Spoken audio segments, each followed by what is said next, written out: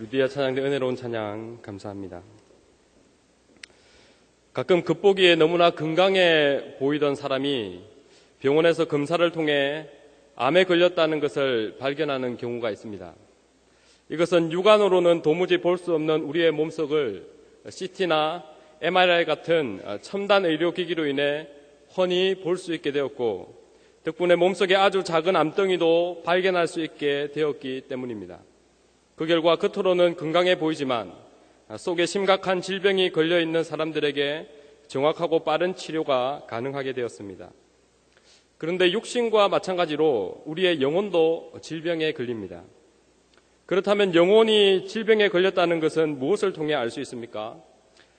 사람들은 흔히 그 사람의 드러나는 행위를 보고 판단합니다. 예배에 자주 빠지고 기도도 하지 않고 얼굴에 기쁨이 없고 은행이 신자답지 못한 것을 볼 때 우리는 저 사람 영혼에 질병이 걸렸구나 하고 진단을 내립니다.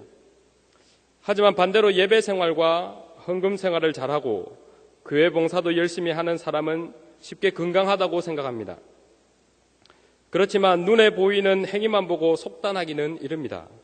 겉으로 너무나 건강해 보이는 사람도 그 속을 들여다볼 때 심각한 암덩이가 발견되는 것처럼 우리의 영혼도 겉보기에는 건강해 보이지만 그 속에 심각한 질병이 걸려있는 경우가 있습니다. 하지만 사람의 육안으로는 그 속을 알 길이 없습니다. 하지만 예수님은 아십니다.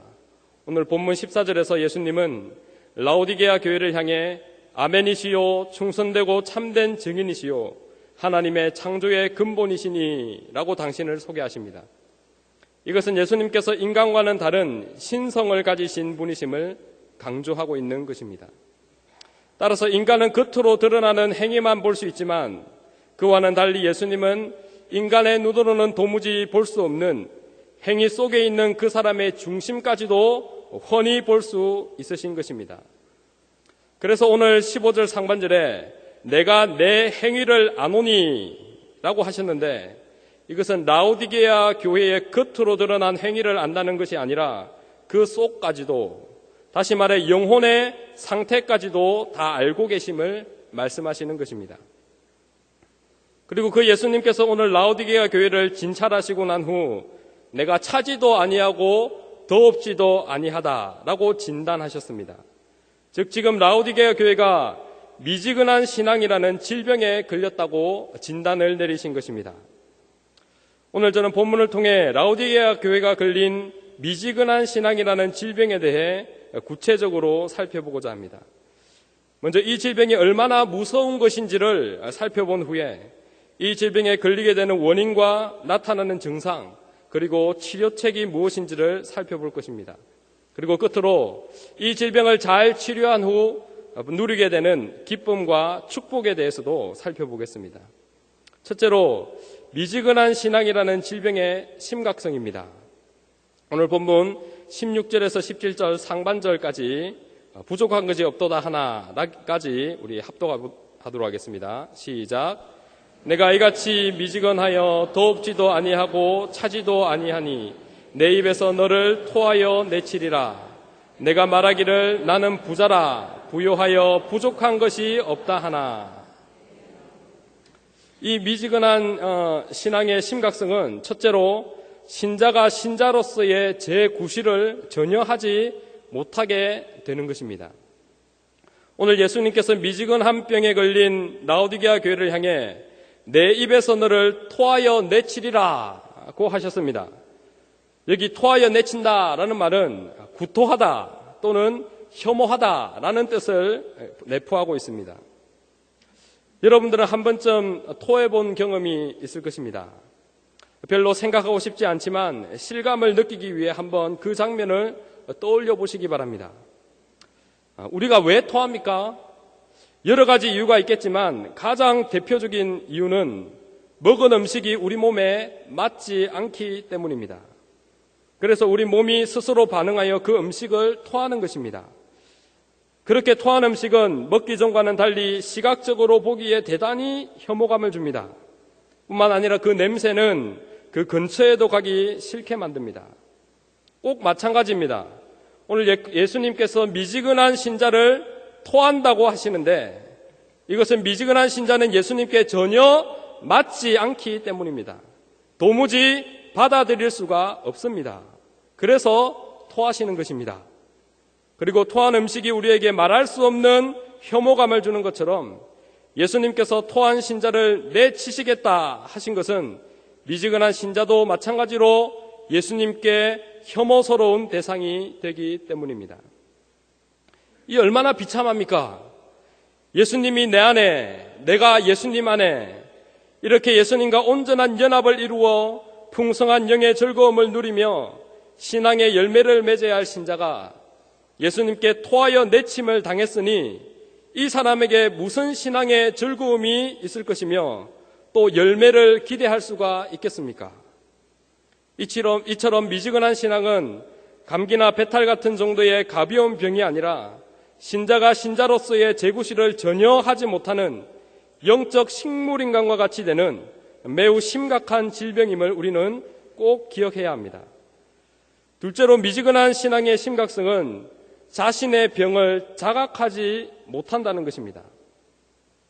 앞서 예수님께서 라오디게아 교회를 향해 지금 라오디게아 교회가 심각한 질병인 미지근한 병에 걸렸다고 진단하셨습니다. 그런데 정작 이런 심각한 병에 걸린 라오디게아 교회는 어떻습니까? 오늘 본문 17절 3번절에 나는 부자라 부요하여 부족한 것이 없다 라고 했습니다. 또 마지막에 보면 알지 못하도다 라고 했습니다. 암은 무서운 질병입니다. 하지만 조기에 발견만 하면 얼마든지 치료가 가능하다고 합니다.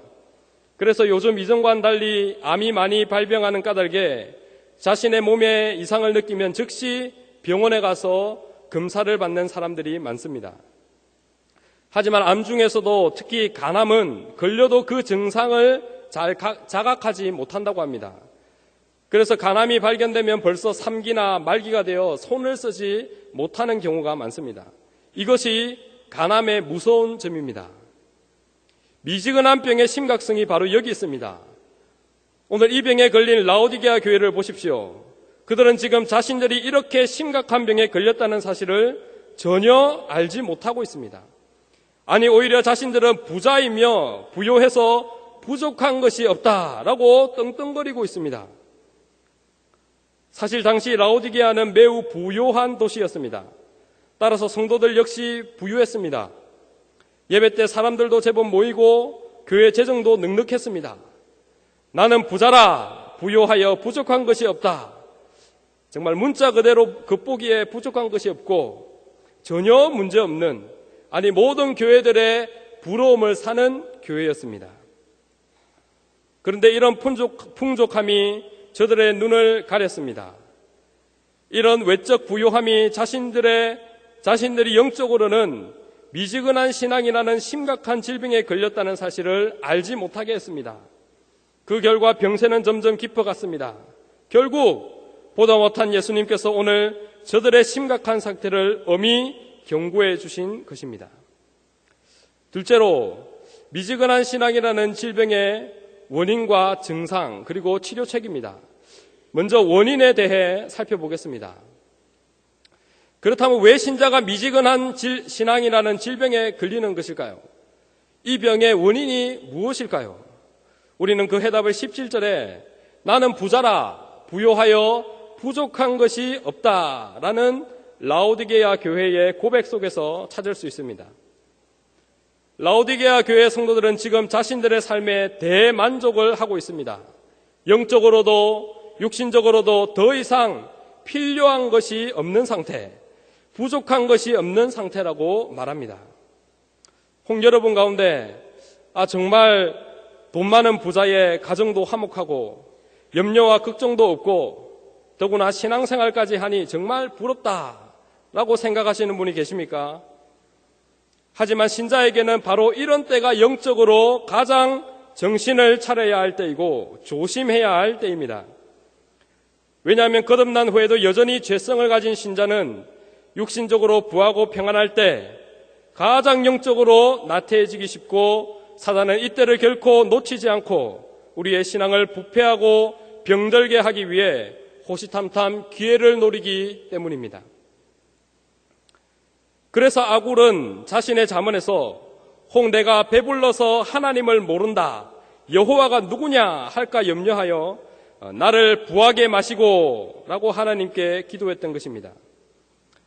오늘 라오디게아 교회는 세상의 부요가 주는 거짓 평안에 쏘가 이만하면 됐다, 더 이상 부족한 것이 없다 하고 만족하며 앞으로 나아가야 할 신앙의 걸음까지 멈추고 안주한 결과 고인물이 시간이 지나면 썩어 악취가 나는 것처럼 라오디게아 교회는 점점 부패하게 되었고 결국 미지근한 신앙이라는 심각한 질병에 걸리게 된 것입니다. 둘째로 미지근한 신앙의 증상입니다. 오늘 보면 17절 말씀을 중반부터 합독하겠습니다. 내 공고한 것과부터 합독하겠습니다. 시작. 내 공고한 것과 가련한 것과 가난한 것과 눈먼 것과 벌거벗은 것을 알지 못하도다. 오늘 예수님께서 라오디게아 교회의 외적으로 드러난 부요함 이면에 숨겨진 내면의 영적인 현실은 공고하고 가련하고 가난하고 눈멀고 벌거벗었다고 말씀하셨습니다. 이러한 것은 미지근한 병에 걸린 결과 나타나게 된 증상들입니다. 여기 공고는 고생을 의미하고 가련하다고 하는 것은 불쌍하다는 뜻입니다. 즉 미지근한 신앙은 저들의 영혼을 공고하게 만들고 불쌍하게 만들고 가난하게 만들었습니다. 뿐만 아닙니다. 미지근한 신앙은 저들의 영의 눈을 멀게 함으로 참과 거짓을 분별하지 못하게 했고 자신들의 비참한 모습도 보지 못하게 만들었습니다. 또 벌거벗었다고 했습니다. 이것은 옷을 하나도 입지 않은 상태를 말하는데 이것은 저들의 부끄러운 죄가 적나라하게 드러나므로 대단히 수치스러운 상태가 되었음을 의미합니다. 이상을 종합해보면 미지근한 신앙이라는 질병은 라오디게아 교회를 한마디로 영적으로 아주 가난하고 비참한 상태로 만들었음을 알 수 있습니다. 끝으로 미지근한 신앙의 치료책입니다. 오늘 본문 18절 말씀을 함께 합독하겠습니다. 시작. 내가 너를 권하노니 내게서 불로 연단한 금을 사서 부요하게 하고 흰옷을 사서 입어 벌거벗은 수치를 보이지 않게 하고 안약을 사서 눈에 발라 보게 하라. 먼저 예수님께서 내게서 불로 연단한 금을 사서 부요하게 하라고 하셨습니다. 이것은 신앙의 연단을 통해 순전한 믿음을 소유하라는 의미입니다. 연단받은 믿음은 영적으로 최고의 가치를 바라는 정금에 해당됩니다. 따라서 이러한 정금이 많으면 많을수록 영적인 부자가 될 수 있는 것입니다. 또 흰옷을 사서 입어 벌거벗은 수치를 보이지 않게 하라고 하셨습니다. 여기 흰옷은 부끄러운 죄의 수치를 가리우는 그리스도의 의의 옷을 의미합니다.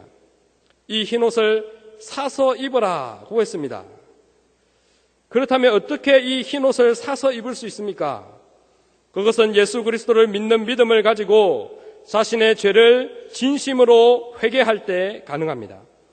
우리가 참회할 때 예수님은 언제나 의의 흰옷을 입혀주시고 죄의 수치를 가려주십니다. 끝으로 안약을 사서 눈에 발라 보게 하라고 했습니다. 당시 라오디게아는 안약으로 유명한 도시였습니다. 예수님께서는 그것을 염두에 두시고 영적인 소경이 되어 자신의 비참함을 도무지 깨닫지 못하는 라오디게아 교회를 향해 너희들이 육의 눈을 밝히기 위해 안약을 쓰는 것처럼 너희들의 어두워진 영의 눈을 밝히기 위해 안약을 사서 눈에 발라라고 하신 것입니다. 사실 이 영의 눈을 밝히는 것은 라오디게아 교회가 걸린 미지근한 병을 고치기 위해 가장 먼저 해야 할 치료이고 또 가장 중요한 치료입니다. 왜냐하면 병을 치료하려면 먼저 자신이 지금 심각한 병에 걸렸다는 사실을 알아야 그 후에 치료가 가능하기 때문입니다. 그런데 여기서 우리가 드는 의문이 있습니다. 그것은 우리의 영의 눈을 밝히는 안약은 도대체 무엇인가 하는 것입니다. 우리는 그 해답을 고린도전서에서 찾을 수 있습니다. 고린도전서 2장 13절에서 14절에 우리가 이것을 말하거니와 사람의 지혜에 가르친 말로 아니하고 오직 성령에 가르치신 것으로 하니 신령한 일은 신령한 것으로 분별하느니라. 육에 속한 사람은 하나님의 성령의 일을 받지 아니하나니 저희에게는 미련하게 보임이요 또 깨닫지도 못하나니 이런 일은 영적으로라야 분변함이니라고 했습니다. 여기서 알 수 있는 것은 영안을 밝히는 안약은 바로 성령이라는 것입니다. 성령의 조명을 통해서만 우리는 자신의 영적인 상태를 정확히 볼 수 있게 됩니다. 그렇다면 어떻게 이 성령이라는 안약을 바를 수 있는 것입니까? 거기에는 두 가지 방법이 있습니다. 첫째는 성령의 감동으로 기록된 하나님의 말씀을 읽고 듣고 배우는 것입니다. 히브리서 4장 12절에서 13절에 하나님의 말씀은 살았고 운동력이 있어 좌우의 날선 어떤 것보다 예리하여 혼과 영과 및 관절과 골수를 찔러 쪼개기까지 하며 또 마음의 생각과 뜻을 감찰하시나니 지으신 것이 하나라도 그 앞에 나타나지 않음이 없고 오직 만물이 우리를 상관하시는 자의 눈앞에 벌거벗은 것 같이 드러나리라고 했습니다. 둘째는 기도하는 것입니다. 기도할 때 하나님께서 우리에게 성령을 주시겠다고 약속해 주셨습니다. 누가복음 11장 13절에 너희가 악할지라도 좋은 것을 자식에게 줄 알거든 하물며 너희 천국에서 구하는 자에게 성령을 주시지 않겠느냐고 했습니다.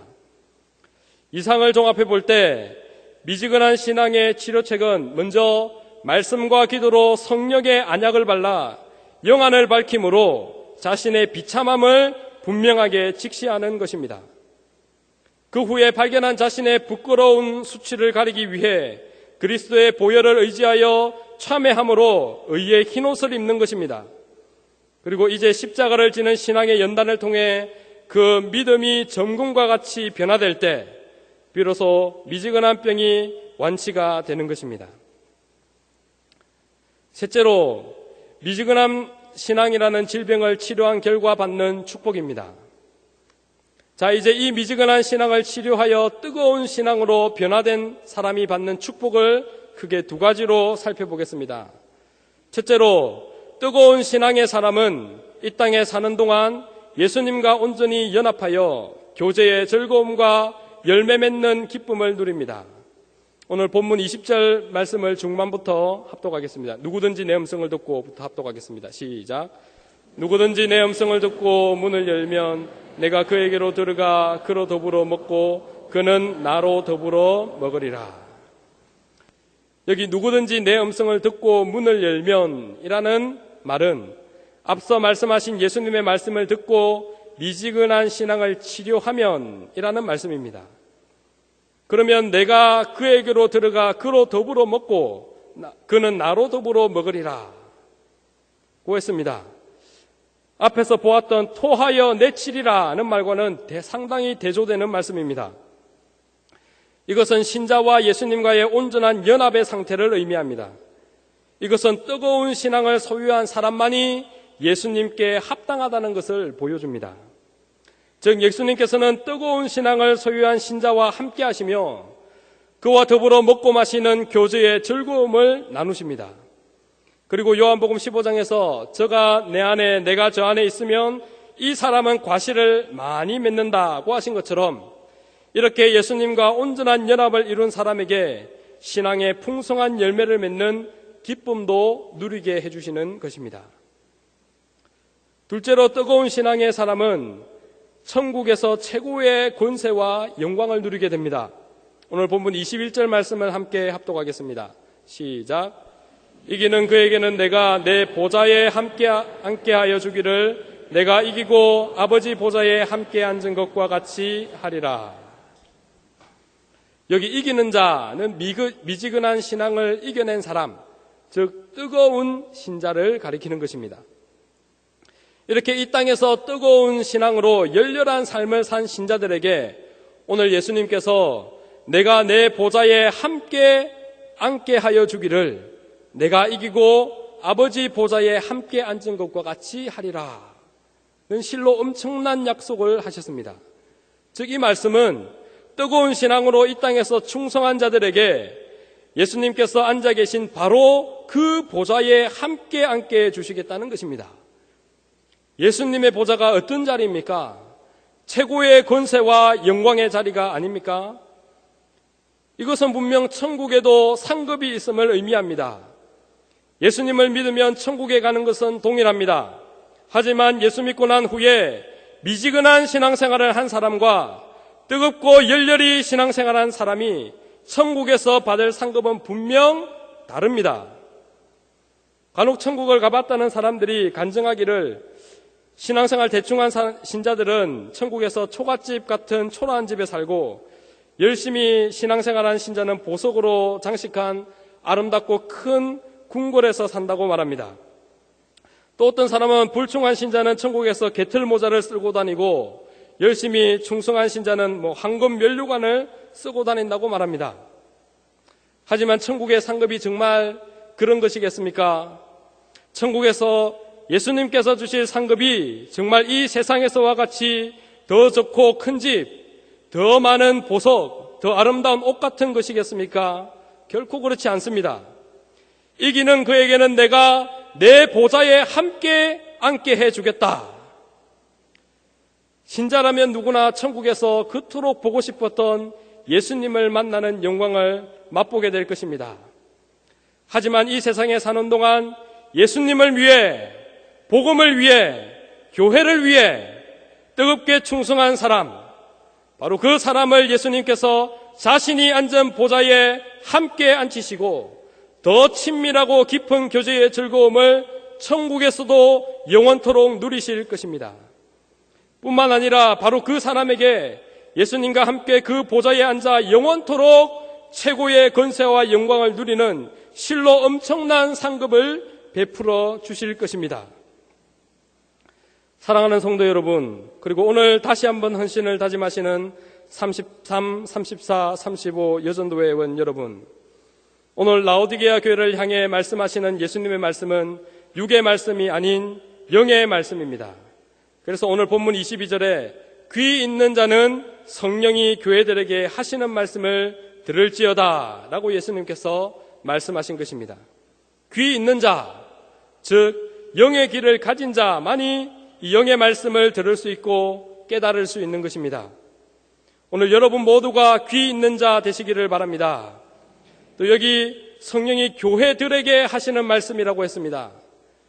즉 오늘 이 말씀은 단지 라오디게아 한 교회만 하시는 말씀이 아니라 지상에 존재하는 모든 교회들, 오늘 저와 여러분을 향해 하시는 성령님의 말씀인 것입니다. 자, 그렇다면 이제 이 말씀의 거울에 여러분을 비춰보시기 바랍니다. 여러분의 신앙은 지금 어떤 상태에 있습니까? 미지근합니까? 아니면 뜨겁습니까? 만약 오늘 여러분의 신앙생활이 라오디게아 성도들 같이 지금 상태에 만족하여 전혀 부족한 것을 느끼지 못하고 그 자리에 계속 머물러 있다면 여러분도 미지근한 병에 걸렸을 확률이 대단히 큽니다. 혹 여러분 가운데 그래도 나는, 내 자녀들은, 내 구역 식구들은 예배, 봉사, 헌금 생활 빠지지 않고 다 하니까 하며 안심하시는 분이 계십니까? 하지만 그것은 오늘 라오디게아 교회 성도들도 다 했던 것입니다. 중요한 것은 겉으로 드러난 행위가 아니라 보이지 않는 그 사람의 중심이고 속입니다. 예수님은 그것을 보시고 우리의 영혼의 건강을 진단하십니다. 만약 예배 자리에 앉아 있지만 말씀에 대한 사모함이나 기대가 없고 기도의 자리에 나왔지만 냉랭한 마음으로 유구무원이 되고 전도도 하고 봉사와 헌금 생활을 하지만 거기에 전혀 마음의 부담감이 없고 진보가 없다면 여러분은 미지근한 병을 의심해 봐야 합니다. 더구나 이러한 상태에 있으면서도 내가 이래선 안 되는데 뭔가 변화가 필요해 하는 마음조차 들지 않는 상태에 있다면 여러분은 지금 미지근한 병에 걸린 것이 확실합니다. 왜냐하면 이 병에 걸린 사람의 가장 큰 특징이 자신이 이렇게 심각한 영적 질병에 걸렸음에도 불구하고 지금 자신이 얼마나 가난한 상태에 있는지, 또 지금 자신의 모습이 얼마나 수치스러운 모습인지 영의 눈에 멀어 도무지 그 사실을 자각하지 못하는 것이기 때문입니다. 이렇게 자신이 심각한 병에 걸렸다는 사실을 깨닫지 못하니 어떻게 치료해야겠다는 필요성을 느낄 수가 있겠습니까? 그러니 그냥 그렇게 사는 것입니다. 하지만 이렇게 계속 병이 지속되면 그는 정말 살았다는 이름은 가졌지만 죽은 자와 같은 영적 식물인간으로 살게 될 것입니다. 이 얼마나 비참합니까? 그런데 감사하게도 예수님께서는 자기 백성들을 사랑하십니다. 그래서 사랑하는 자기 백성들이 이런 비참한 상태에 있도록 그냥 내버려 주실 수 없으십니다. 그래서 오늘 본문 19절에서 라오디게아 교회를 향해, 아니 오늘 미지근한 병에 걸려있는 모든 신자들을 향해 예수님께서 애타는 심정으로 말씀하십니다. 물은 내가 사랑하는 자를 책망하여 징계하노니 그러므로 내가 열심을 내라, 회개하라. 사랑하는 자녀에게 여러 번 말을 했음에도 잘못을 깨닫지 못하고 고치지 않을 때 그 자녀를 그냥 둘 부모가 있겠습니까? 더구나 그 잘못이 자녀에게 치명적이라면 그냥 둘 부모가 어디 있겠습니까? 매를 들고 때려서라도 잘못을 깨닫게 만들고 고치게 할 것입니다. 예수님도 마찬가지입니다. 그래서 때로는 사랑하는 자들에게 사람 막대기와 인생 채찍으로 징계하십니다. 흔히 사람들은 만사가 형통하고 자녀들이 좋은 대학에 들어가고 돈을 많이 벌면 그것이 축복이라고 말하지만 꼭 그런 것만은 아닙니다. 오늘 라오디게아 교회를 보십시오. 그들의 형통이, 그들의 부가 오히려 그들을 더 눈멀게 만들었습니다. 따라서 때로는 견디기 힘든 환난과 뼈아픈 고통이 신자들에게 축복일 때가 있습니다. 왜냐하면 그때 신자는 하나님 앞에서 자신을 진지하게 돌아보게 되고 그 결과 평안할 땐 도무지 보지 못했던 자신의 잘못과 자신의 영혼에 걸린 심각한 질병을 발견하게 되기 때문입니다. 하지만 더 좋은 것은 매를 맞기 전에 말로 할 때 자신의 잘못을 깨닫고 고치는 것입니다. 그렇지 않습니까? 자녀를 때리고 싶은 부모가 어디 있으며 부모에게 맞아서 기분 좋을 자녀가 어디 있겠습니까? 그러니 예수님께서 말씀으로 하실 때 빨리 깨닫는 것이 제일 좋습니다. 바로 지금 문 밖에 서서 두드리시는 예수님의 음성을 듣고 문을 여는 것이 제일 현명한 것입니다. 혹 여러분 가운데 오늘 말씀을 듣고 성령님을 통하여 미지근한 병에 걸린 자신의 모습을 발견하신 분이 계십니까? 그렇다면 여러분은 상당히 희망적입니다. 이미 병의 절반은 치료된 것이나 마찬가지입니다. 자, 이제 본격적인 치료를 위해 의원 되신 예수님께 나가시기 바랍니다. 그분께는 못 고칠 질병이 없으십니다. 예수님께 나아가 여러분의 부끄럽고 냄새나는 환부를 숨김없이 다 드러내시기 바랍니다. 그러면 예수님께서 여러분의 그 어떤 더러운 수치라도 다 당신의 의의 흰옷으로 가려주실 것입니다. 그리고 깨끗하게 치료해 주실 것입니다. 그렇게 치료가 끝났다면 이제 허리끈을 동이고 열심을 내시기 바랍니다. 어찌 또다시 주저앉아 있을 수 있겠습니까?